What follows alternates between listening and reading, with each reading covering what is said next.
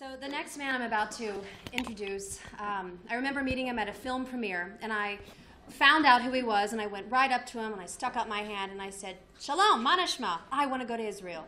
And he laughed, and the rest is history. But there's still some history to be made in Israel with us. So I would like to invite the next man, who is a very powerful, wonderful man. He planted the seed for these conversations we're having right now. And he's done such amazing work over the past decade for his country and this country, and vice versa. So please welcome the Consul General of Israel in New York, Ambassador Ido Aharoni.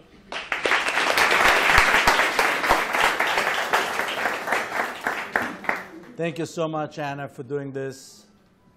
Anna is not so familiar with Jewish life and the Jewish world, but when she heard about what we are doing in New York in terms of changing or broadening the conversation about Israel, she said immediately, "I'd like to be part of it," and I think that she is playing a big part. Thank you so much, Anna.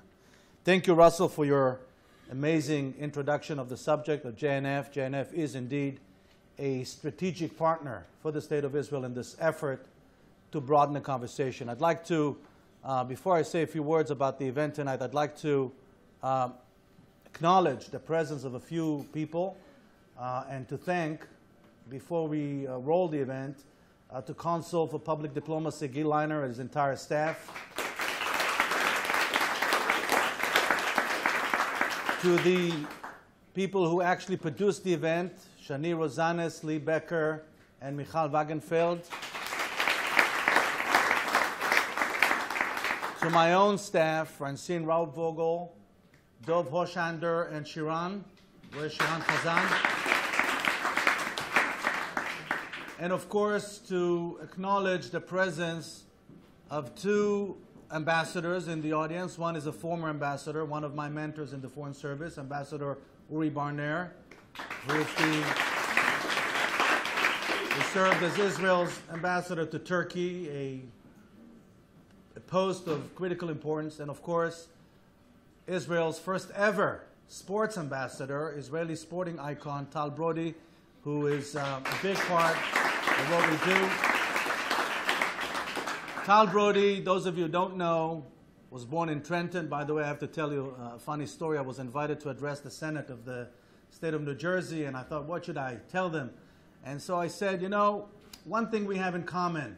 We're here in Trenton, and someone who was born in Trenton brought Israel a lot of pride. His name is Tal Brody. And I told him the whole story about the life of Tal Brody, his achievements, his accomplishments, the fact that he took Maccabi Tel Aviv to their first ever European championship in 1977, and so on. So the Speaker of the House then stands up and says, of course, that's what we always said. Trenton makes, the world takes. Those of you who know, that's a sign in Trenton when you cross the area on train, that's what you see. But Tal truly is the embodiment of everything that we're trying to achieve. He comes to America as a basketball legend, and he opens the door in just about every organization, every school, every basketball program, every NBA team, thank God, because we get tickets. Highly effective. He is the living proof that when you approach people with something that is relevant to them, they're willing to listen. Now, we had a concept. Russell alluded to it. And I have to share with you a story that I heard recently, and those of you who heard it before, I apologize. It's about a guy who had a concept. In his case, he developed this almost mystical belief in the power of numbers. Since he was born on August 8th, he developed this mystical belief in the power of number 8. So everything that he did had something to do with the number 8. Obviously, when he married his wife, it had to be on August 8th, and he rented an apartment on 888 8th Avenue on the 8th floor. It was apartment 88. And he wanted to have 8 children, and everything he did had 8 in it. One day, he went to the races, and he's looking at the board, and he sees, much to his amazement, that in lane number 8, there's a horse competing by the name of Numero Ocho.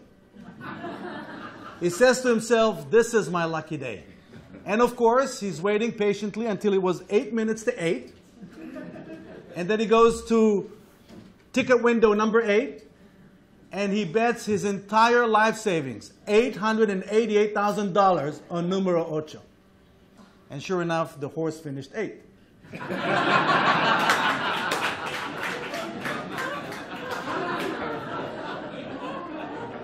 Now, I'm telling you this story because it is an amusing story.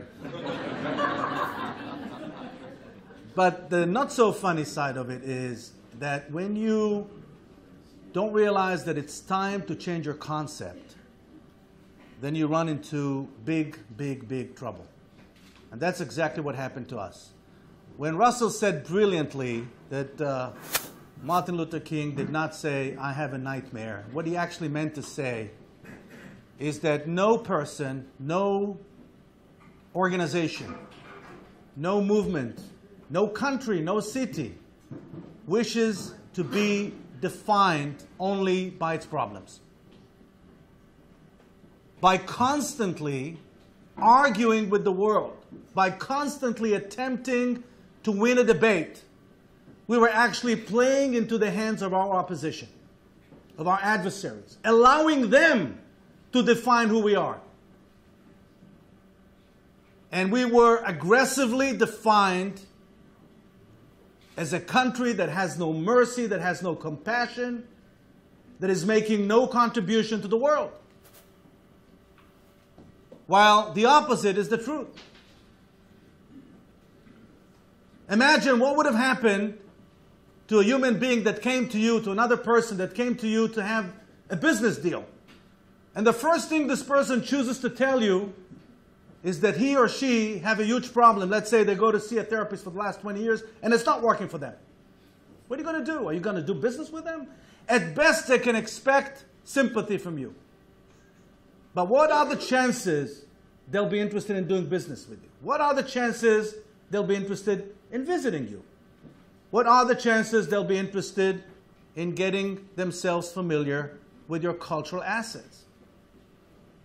This is why broadening the conversation is so important, because Israel has a clear relative advantage that currently is not being fully communicated to the world. Our relative advantage is the tremendous degree of innovation and creativity, the creative spirit of our nation, of our people, the refusal to accept limitations. It's been talked about at length in the book Startup Nation, which was a big force behind this new conversation. But it goes way beyond high-tech. It goes way beyond technology. The refusal to accept limitations that are physical, mental, financial, even military, has been part of the DNA of our people since day one. This is who we are. Sometimes it's not so pleasant to deal with us. I know that because I have to deal with Israelis every once in a while.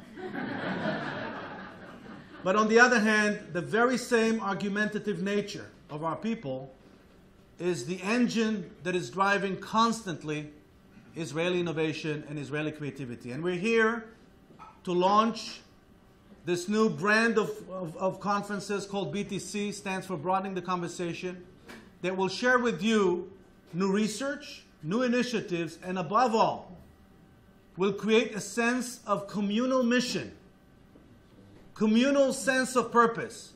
Our job as a community is to begin a long-term celebration, strategic celebration of Israel's assets and Israel's relative advantages. So thank you all for being here. I hope you'll enjoy it. God bless you and enjoy the rest of the evening.